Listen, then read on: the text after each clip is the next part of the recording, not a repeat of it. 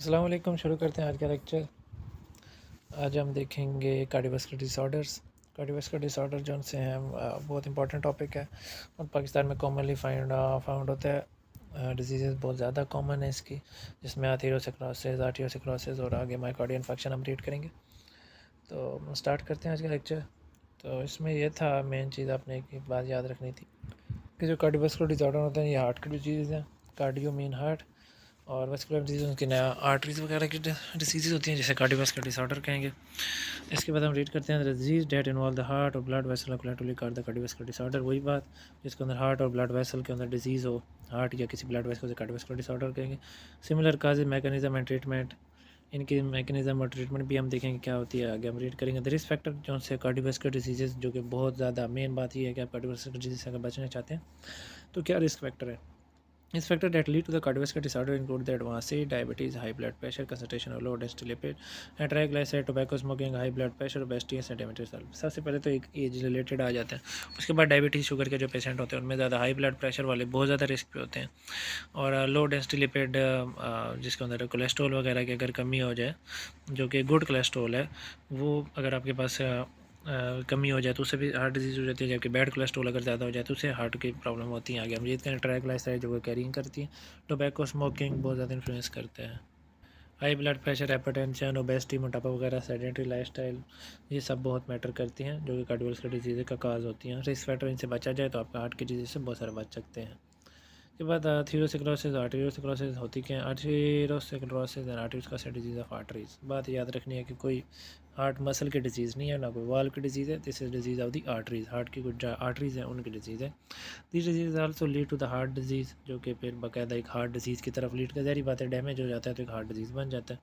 अथीरोस्क्लेरोसिस commonly referred as the narrowing of the arteries. Arteries जो सी उनका साइज़, मतलब लार जो कि उनका जो ल्यूमन है वो कम हो जाना, साइज जो के अंदर जिसके अंदर ब्लड फ्लो कर रहा है उसका साइज़ कम हो जाना, जिसे हम ल्यूमन कहते हैं, उसे उसे एथीरोस्क्लेरोसिस कहते हैं, उसे नॉर्मली कहा जाता है। इसमें होता है कि it is a chronic disease, खतरनाक है। Where is accumulation of fatty material, cholesterol और फिब्रिन आर्टरी। इस वजह होता है कि जो फैटी मटेरियल है, फैट है, या फिर कोई कोलेस्ट्रॉल के डिपॉजिट है, या फिब्रिन मॉलिक्यूल जो कि हैं थ्रेड्स वगैरह होती हैं, इनके धागे से होते हैं फिब्रिन के, वो अगर अकोमुलेट हो जाए तो ज़ाहिर बात है कि नैरोइंग हो जाएगी, एरिया कम हो जाएगा ब्लड आगे मूवमेंट के लिए, तो इससे एथेरोस्क्लेरोसिस या फिर हार्ट डिजीज़ लीड कर जाएगी। वैन दिस कंडीशन, इस जब ये बहुत ज़्यादा हो जाए, आर्टरीज का no longer expand and contract properly, इस वजह से हार्ट की जो आर्टरीज हैं कॉन्ट्रैक्ट एक्सपैंड नहीं कर पाएंगी, मतलब ब्लड फ्लो नहीं हो पाएगा, and blood move through them with difficulty, blood difficulty से मूव करेगा या नहीं मूव करेगा, जिसकी वजह से हार्ट को पंपिंग में डिफिकल्टी होगी, अल्टीमेटली लीड टू डेथ भी हो सकती है, हार्ट पंपिंग रुक सकती है।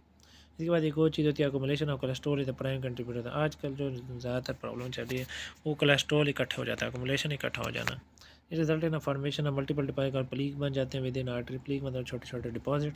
प्लीक can form blood clot, thrombus within the artery. अगर एक दफ़ा जो सा क्लॉट बन जाए उसे क्या कहते हैं, थ्रोम्बस, मतलब जो डिपॉजिट है वही क्लॉट है, क्लॉट मतलब रुकावट बन रही है, वो थ्रोम्बस से कहते हैं हम, कॉल्ड थ्रोम्बस। प्लीक और थ्रोम्बस का डिफरेंस ये है, एक छोटे डिपॉजिट पे लीक होते हैं, जब वो एक बड़ा लार्ज बन जाए, एक क्लॉट ब्लड का बन जाए, जहाँ पे ब्लड सेल की डेथ हो, रुके पड़े हों और एक पूरे क्लॉट फॉर्मेशन, थ्रोम्बस कहते हैं।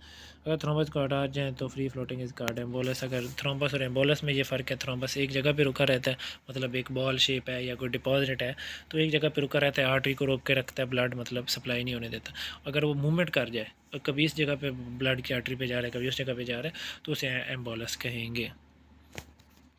तो आर्टीरियोस्क्लेरोसिस, आर्टीरियोस्क्लेरोसिस में याद रखना कि आर्टरीज़ की डिजीज़ है और आर्टरीज़ के अंदर कोई रुकावट आ जा रही है, जैसे कोलेस्ट्रॉल या फैटी एसिड की आ रही है। एम्बोलस क्या होता है, जो कि मूवमेंट करता है, थ्रोम्बस एक ही जगह पे रहता है और थ्रोम्बस फॉर्मेशन हो जाती है जिसमें ब्लड के क्लॉट बन जाते हैं।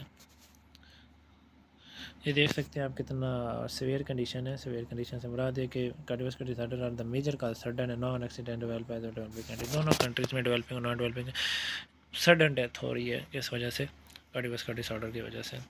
फिर देखिए मायोकार्डियल इन्फाक्शन, ये क्या होता है। Myocardial infarction, the term myocardial infarction drive from the myocardium and infarction tissue death. अच्छा, मायोकार्डियम हार्ट के मसल को आगे आप रीड करेंगे मायोकार्डियम कहते हैं, या फिर मायोकार्डियस की लेयर भी होती है वो आप रीड करेंगे। मायोकार्डियम हार्ट कहते हैं, और इसी तरह इन्फेक्शन या टिश्यू डैमेज हो जाता है, इसे मायोकार्डियल इन्फेक्शन कहेंगे, मतलब heart tissue damage. It is commonly known as heart attack. Heart attack इसे कहा जाता है। और बात याद रखनी है ना, एथीरो और आर्टरीस्क्लेरोसिस में आर्टरीज का मसला था, मायोकार्डियल इन्फेक्शन के अंदर हार्ट मसल के टिश्यू का मसला आ रहा है, टिश्यू जो है हार्ट का वो डैमेज हो रहा है।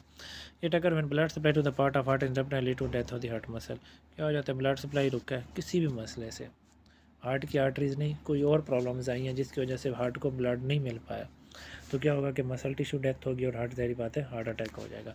हार्ट अटैक में भी cause by the blood clot, या तो ये एक वजह हो सकती है जिस तरह हमने ऊपर पढ़ा कि ब्लड क्लॉट हो जाए, कॉर्नरी आर्टरी जो कि हार्ट को ब्लड सप्लाई करते हैं उन्हें कॉर्नरी आर्टरीज कहते हैं, जिस तरह ऊपर अथीरोस्क्लेरोसिस आर्टरीस्क्लेरोसिस मेन यही होता है कि ब्लड रुकता है, ब्लड रुकता है तो हार्ट को मसल मिलते नहीं, ब्लड मिलता नहीं और मसल डैमेज होता है, पंपिंग कम होती है और अल्टीमेटली डेथ हो जाती है। It is a medical condition होती है मायोकार्डियल इन्फेक्शन है the leading cause of death for both man and women, all on man और वुमेन को डायरेक्टली इफेक्ट कर रही है, इक्वली इफेक्ट कर रही है सॉरी। स्वेयर चेस्ट पेन है मोस्ट कॉमन सर मेडिकल में भी फाउंड सेंसेशन और टाइटन प्रेशर एंड स्क्वीजनिंग, आपकी लेफ्ट साइड के ऊपर जो चेस्ट है उसमें सेंसेशन टाइटनेस होगी, प्रेशर फील होगा और कोई चीज़ खिंचाव सा हो रहा है, स्क्वीजिंग होगी।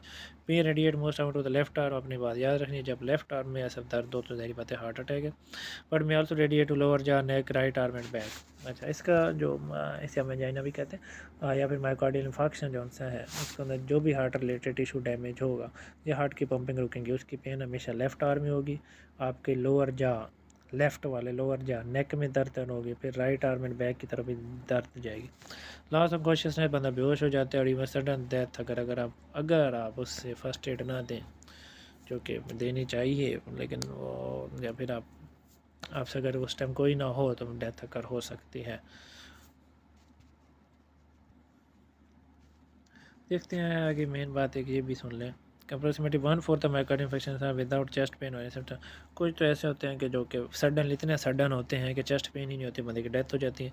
मोर कॉमन इन एल्डरली और ज़्यादा एज वालों में बहुत ज़्यादा होते हैं। पेशेंट में डायबिटीज़ में लेटर आफ्टर हार्ट ट्रांसप्लांट, कुछ हार्ट ट्रांसप्लांट होता है तो मौके पर रुक जाता है, पेन हो ही नहीं पाता तो बंदे की डेथ हो जाती है। ये देख सकते हैं आपने कि बिल्कुल ठीक लिखा हुआ है, ये कॉर्नरीज आर्टरीज हैं, हार्ट को सप्लाई करी, टिश्यू पूरा डेड हो गया, क्यों हुआ है, ये प्लीक बन गया, ब्लड आगे आ ही नहीं पा रहा, ब्लड आगे नहीं आ पा रहा तो सारी बात है मायोकार्डियल इन्फेक्शन हो गया। इसकी इमीडिएट ट्रीटमेंट आप सब जेल में रखें। क्या होते हैं suspect acute myocardial infection include the sorry कहाँ गया myocardial treatment suspect acute myocardial include the oxygen supply. जब आपको एक्यूट मायोकार्डियल इन्फेक्शन हो रहा है तो फर्स्ट एड देते वक्त या मेडिकल इमीडिएट ट्रीटमेंट क्या देनी चाहिए, उसे ऑक्सीजन सप्लाई करनी चाहिए। अगर आपके पास एस्प्रीन आपको पता है वो होती है जो लॉपरेंस वगैरह आती हैं जिसमें वो खून पतला कहा जाता है पंजाबी में, उसमें होता है कि प्लेटलेट्स को उसका कम कर देते हैं, जिस प्लेटलेट की वजह से प्लेटलेट का काम होता है ब्लड कोआगुलेशन होता नहीं है तो ज़ाहिर बात है गाढ़ा होता नहीं है तो खून पतला ही हो जाता है, उससे ये होता है कि ब्लड को सप्लाई इमीडिएट पहुँच जाती है। इसके बाद सबलिंगुअल टेबल है ग्लाइसराइल ट्राइनाइट्रेट, जी ये ग्लाइसराइल ट्राइनाइट्रेट दिए जाते हैं, नाइट्रोग्लाइसरीन भी कहते हैं, नाइट्रोस्कॉट के नाम से मेडिसिन आ रही हैं, टैबलेट्स होती हैं, ये आपके सबलिंगुअल ज़बान के नीचे रखी जाती हैं। तो इससे ये होता है कि जो इमीडिएट इफेक्ट होता है और जो हार्ट की कॉर्नरी आर्टरीज़ हैं वो डायलेट कर जाती हैं। डायलेट मतलब अगर उनका कोई क्लॉट फार्मेशन है तो वो इतना डायलेट कर जाती हैं कि हार्ट को मसल को ब्लड पहुंचने लग जाता है, तो इससे बंदा बच सकता है। Most cases of myocardial infection are treated with angioplasty, mechanical ventricular total obstructed blood vessel और bypass the surgery at his vein or else where in the patient body grafted to a coronary artery to improve the blood supply in heart muscle। अच्छा, इसकी दूसरी बार treatment क्या, heart तो हो गया, बंदे को प्रॉब्लम आ रहा है तो उसके लिए या तो एंजियोप्लास्टी होगी, जो ब्लड वेसल जो के अंदर रुका हुआ है जहाँ पे ब्लड है उसे वाइडनिंग किया जाएगा, जो स्टड डाल दिया जाता है, स्टड डाल दिया जाता है तो जो सा नैरो पार्ट है जहाँ पे वो तंग हुई हुई है उसे ओपन करके रख दिया जाता है तो फिर ब्लड सप्लाई हो जाती है, ये होती है एंजियोप्लास्टी। इसके बाद होते हैं बाईपास सर्जरी। बाईपास सर्जरी उस जो कॉर्नरी आर्टरी है बाईपास होना होगा, कॉर्नरी आर्टरी को हम बाहर निकाल देते हैं, हम ज़ाहिर बात एक लेग से आर्टरी लेते हैं या और उसको उस जगह पे लगा देते हैं, मतलब एक साफ़ क्लियर लगा देते हैं, जो कि एक आर्टरी ख़राब हो चुकी है जिसके अंदर क्लॉट्स हैं उसे हम निकाल के उस जगह पे हम दूसरी आर्टरी लगा देते हैं, इसे बाईपास कहते हैं। वे बाईपास हार्ट मसला हार्ट डिजीज़ बहुत ज़्यादा हैं और कॉमनली पाकिस्तान में फाउंड की जाए होती हैं। इसके बाद 9th क्लास एंड हो चुकी है। चलो नेक्स्ट 10th क्लास के लेक्चर, यहाँ पे थोड़ी डिफ़िकल्टी होती है मोबाइल पे यूज़ करते हुए, वाइट बोर्ड पे मैं आपको समझाऊंगा जहाँ पे आपको बेटर वे में समझ जाएगी। अगर एनी कोई क्वेरीज हो तो kindly free to ask any question on comment, I will reply my best. Thank you, अल्लाह हाफिज़।